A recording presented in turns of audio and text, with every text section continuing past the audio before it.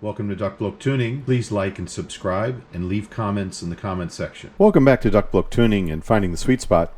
Today's the third installment for the Fat Frequency X HBB Deuce. Today's video will focus on the review of how the Deuce sounds before and after PEQ settings are applied to it, and what's the scoring?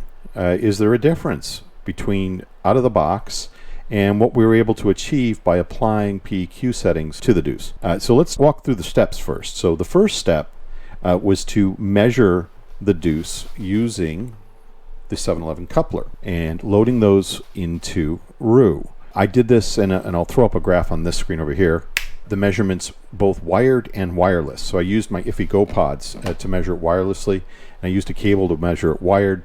And you can see that they're very close to each other. The FATFreq pods, if anything, had about an extra 2 dB in the sub bass. So I knew that doing a listening experience with either of these would give me a really good impression. The next thing I had to do was take what I found in RU and move that over into Squiglink. And I'm going to put up the graph over here. You can see this is the trace from Squiglink, where you can see the bass tuck is quite tight. The sub bass is quite good in this. The bass tuck that happens between, let's say, 150 and 200 hertz, thought this might be a little bit problematic for the male vocals, especially deep male vocals, and I thought maybe they would need to be brought forward a little bit. And when I started listening, it wound up being true. Then I created an array of PEQ settings based on my targets. So I have a bunch of targets that vary the bass region and the treble region, and then I load those into my DAP. Once those are loaded in, I listen to a range of songs. I'm going to put up an Excel spreadsheet here. You can see 30 songs. I listened to them, and I would actually score these. Put a 1 on the PEQ setting that sounded best for that particular song. This then creates a 3D graph of where I started and where I ended up, and I'll put that up. And on this graph you can see that the Deuce on its own is very neutral, probably the most neutral IEM I have listened to. It has excellent amount of bass, and I just played with the bass ever so slightly, wound up matching my target that I used for most of the tuning. You can see that here, that peak is where the Deuce's tuning is naturally. We also want adjusting some of those other regions, like the lower mids, as well as the Pina gain region, and we added a little bit of treble extension to it. Overall, it's a very well-tuned IEM, and actually wound up coming with 2 different targets. So let's put both of these up here. You can see this is back in Squig. You can see 2 different targets that I wound up using to create my PEQs that I was going to start with. The first one, again, matches the sub bass spot on. The next one added about 2 dB to that sub bass region and just elevated it ever so slightly. It sounded better on some of my library. So having 2 different choices loaded into the DAP, so that depending on the track you're listening to, you can actually up the bass a little bit on this without having to mess around with dials in Power Amp.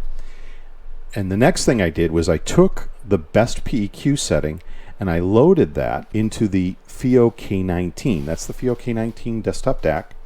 And I loaded that into the software. So the software just up here has 31 bands total. And I took the settings that pulled out of finding the best spot, and I loaded those manually into the K19 DSP software. And I'm going to put that up over here. And in this image, you can see once I applied the PEQ settings, there was really only one region that I thought needed to be adjusted, and that was around 10,000 hertz. It started out at about a 9 dB elevation, and I wound up pulling that down by about 2.5 dB because it was a little bit, let's say, fatiguing in that region. Once I did that, it really did settle down that upper treble region for me, and it wound up being the best spot. And again, I listened to a bunch of songs. I listened to, we'll put those up.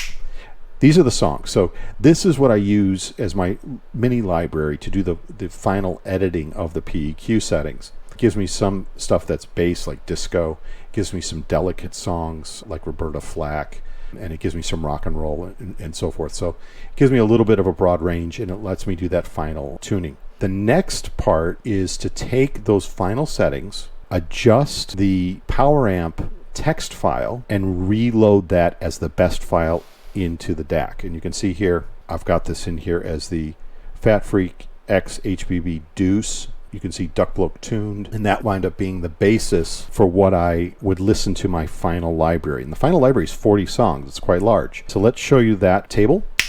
Here's the Deuce A and B testing over here, and I'm going to show you the before first. Over on this screen, I'm going to show you the before. And you can see here the before graph with a high score of 8.46 out of 10. What does that mean? To put that into perspective, it scored higher than the BGVP Phantom, and it scored just under the High Senior Mega 5 EST out of the box at $264. And it only has 2 dynamic drivers. Well done, FATFreq. I mean, this is a fantastic IM out of the box. You can see from the graph and from the spider diagram, the layering, note weight, sound stage detail, all excellent on this IM out of the box. Now let's look at what happens after you apply the PEQ settings. So now we have the PEQ settings up, and you can see that the score has gone up to 9.14. Whenever any of my IEMs are in the 9 range, they're really competing against other total IEMs. I was amazed that this could elevate into the 9 range. A 9.14, you can see, I'll put the overlay so you can see both spider graphs together. You can see this is where this IEM was actually improved, quite a bit actually. So we upped the bass region, made the bass even have more feel and slam, but really it was that lower mid-range section that was the best elevation, fixing that lower mid-range section.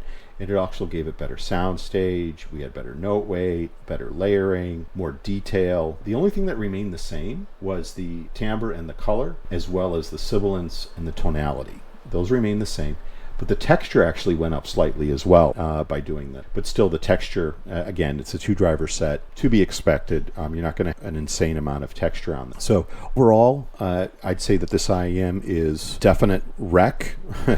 At this price point, you cannot go wrong. And I know a lot of people pre-ordered this and are still waiting for their pre-orders. FATFreq is doing everything they can. I know they are. Well worth the wait. So with that, please like and subscribe, give comment, ask me for the PEQ settings. If you have this IEM, I'm happy to send them to you. I'll email you the PEQ settings. You try it yourself.